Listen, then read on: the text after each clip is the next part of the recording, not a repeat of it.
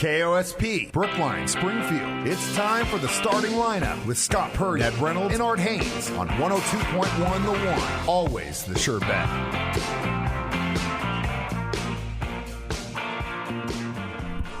Good morning. Well, it is a good morning. Yes, good morning. Want to give you time to settle in there. I'm settled. I'm set to go. Deal. Yeah, here we go. Good morning to you all. Welcome to the starting lineup, and we are delighted to have you with us on an absolutely beautiful last day of the month of March. Ned Reynolds along with Scott Purrier. I'm assuming Art has made it back from Kansas City, all right, so he'll be with us a little bit later on. I just saw a text from him literally just now. It's about our luncheon tomorrow, so yeah. Oh, yeah, well, we do have the luncheon. Yeah, Art will be back with us 8 o'clock hour, yeah. And we'll be right here talking sports for the next 2 hours, and like very much to hear from you, either phone or text. It's all the same number, 417-447-1021, 447-1021. If you don't feel like talking, send a text on that number, or if you feel like talking, we'll be happy to talk with you.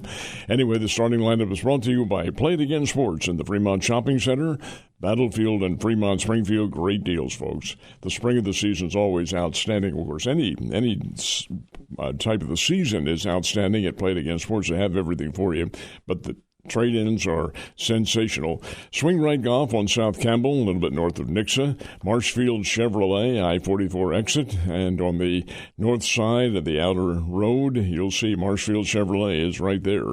And Citizens Bank of Rogersville with two locales, one adjacent to Highland Springs and the other in Rogersville itself. Lots going on, and the women's Final Four has now been set, and many of the big stories on tap.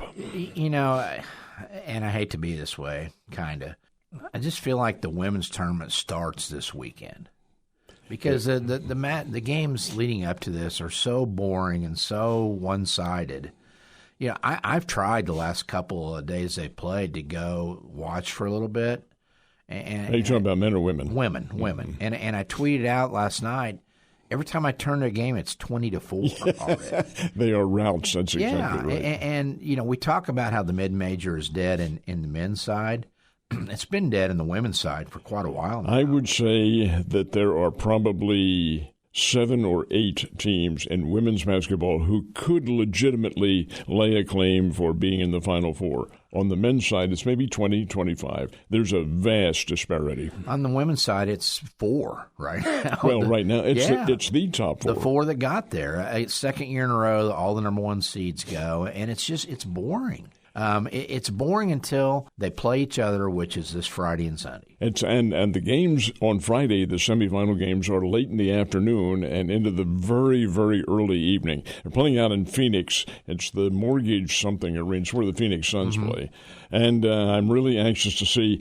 That's Connecticut, with whom I identify, a really good team, but they are a 6.5-point favorite over South Carolina, and I cannot believe that at all. I will take the points and go with the Lady Gamecocks on this one. I think you're selling your team short. They can't shoot. This is a psychological ploy that it's Gino. Gino's going to figure out how to beat South Carolina. Well, let's put it this way, and there's nothing sexist about this at all, but if Gino is matched up on his own against Dawn Staley, Gino wins. Yeah. But the teams are different. South Carolina is very, very quick. They're probably not as big as Connecticut, but that's how Connecticut beat you, with their size and their defense. But they can't shoot from the perimeter. South Carolina can. I think what's happened on the women's side, and we'll get to our starting 5. This is part of that here in a second. But, you know, the NIL, the teams, the rich have gotten richer. Oh, yeah. On the men's side, it's kind of leveled the playing field a little bit because if you've got money and your men's team is just good, you can make them great with the right guy or two.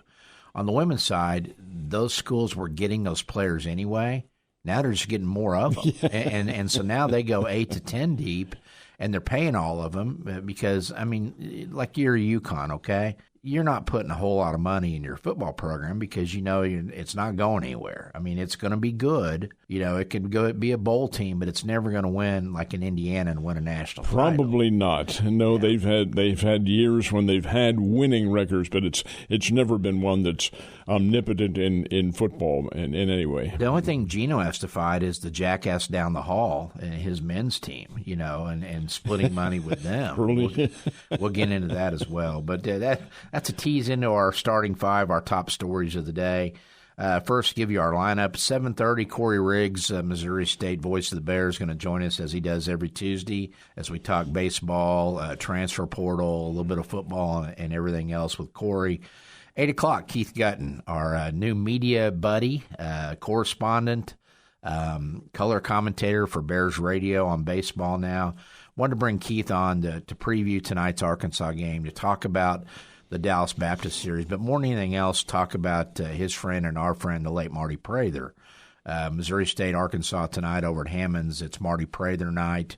We'll get some details from Corey on what that means in terms of the fan participation. We've heard there will be materials available at the entrance to make signs, and so, but Keith and Marty were close, just like we all were, and he meant a lot to that program, so we'll get Keith's thoughts there as well. Can you indulge me in allow me a story? Back in 1999, when the Bears played the Sweet 16, they went to, and you were there, they played Duke in North Jersey. Well, my younger brother lived about a mile away from the Brendan Byrne Arena, so he met us. Met the Bears at the bus and all that at the hotel, and he comes, and everybody's milling around, Hofford's there, and so forth and so on. And Jack, my brother, says, am I wrong? Is that the sign guy who holds up the signs and all that? I said, yeah. He said, how did you get him to come here? I said, he's one of us. Yeah. He lives out there. And that is the way Marty comported himself. He's always from right here, always allowed the allegiance of the fans to know that that's where he was from, but he's going to support wherever he is. Well, and I thought of Marty again the other day. I was getting in one of the kitchen drawers to find a pen and a pad, I think, to write something down, and opened one, and there were about 30 Domino's pizza coupons in there. We are backlogged on that, and that was Marty. Every time it's kind of like when Sam Hammer was with us. Yep, he had the shakes or whatever. You get a Frosty coupon. You see Sam Hammer, you get a Frosty coupon, and you had a stack of them.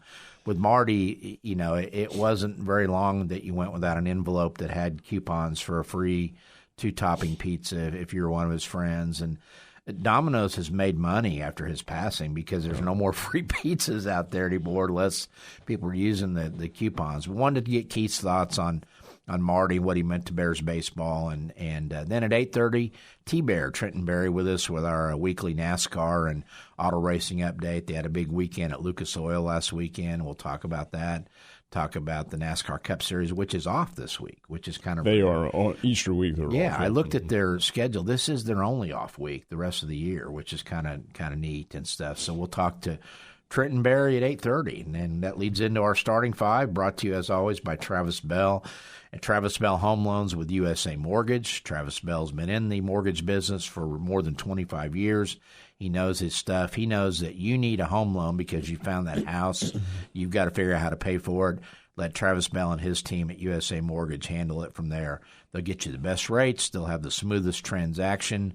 You'll be in and out of there with a new home loan to pay for that new house that you found. So give Travis Bell and his team a call, 417-818-5057, or visit travisbellhomeloans.com.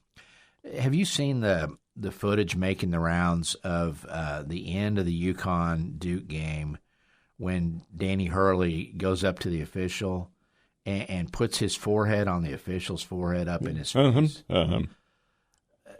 I've always thought the guy is a horse's ass. I mean, and I don't think I'm alone in that. It's easy. He and the guy at UCLA are the two easiest guys to root against in any tournament game. Mick Cronin, because he's just he is out of sight. He just seems like a vile human being. Yep.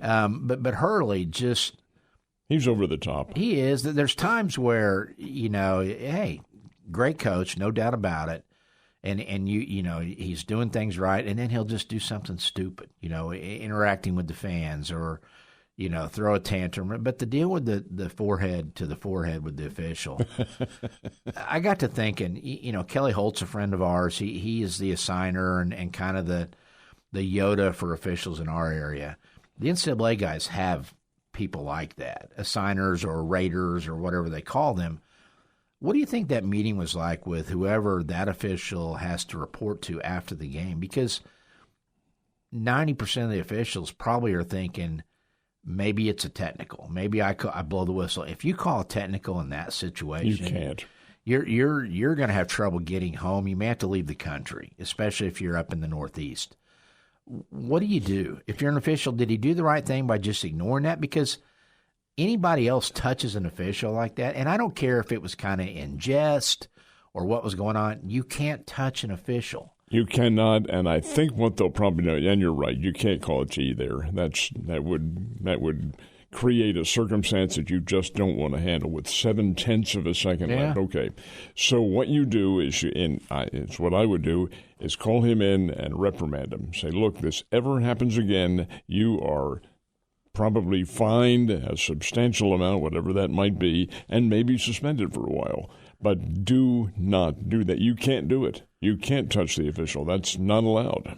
So if the official does what he's supposed to do and calls a technical, all of a sudden Duke's got 2 free throws. Yeah, free throws, and they win the game. Yeah, and because they were down 2, the 3-pointer gave them a 1-point win. 2 free throws made gives them the win. It would have been the most controversial call, not just in NCAA tournament history, but basketball history, to have a game decided.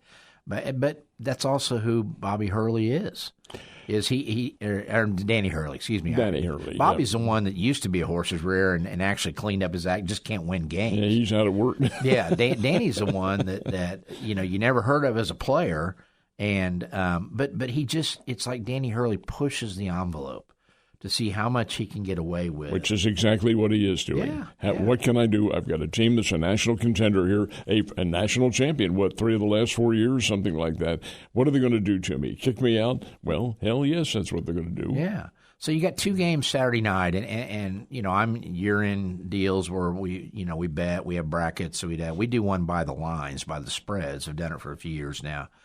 And it's a 1.5-point line both games. So it's basically pick your winner. And it is 1.5 in both of them? I think so. Last time I looked, and I'll check again during the break. But so you basically pick who you want to root for in that game.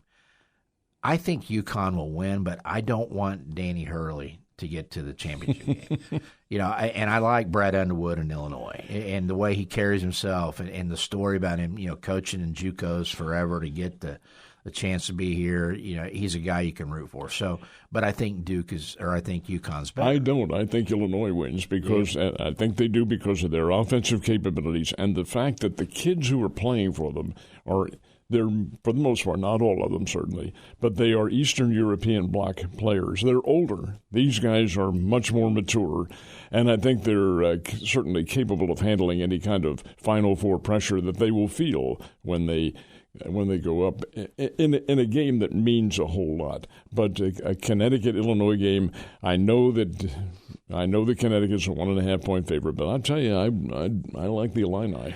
Should be fairly close to a home game for the Illini too. We're going to Indianapolis from Champaign. Yeah, that's a backyard trip. Yeah, and then in the other one, I'm like with the guy that was on the Visa Network before our show. I agree. I think Dusty May is a better coach than Tommy Lloyd, and I think talent-wise they're just as equal as you can get. Do you like Michigan? I do like Michigan to win that one, even though I've got Arizona in my brackets, and apparently those are 2 of the guys, along with Billy Donovan, being mentioned for the North Carolina job. So stay tuned. But would you? Let's just paint a scenario here. Suppose Arizona does win it.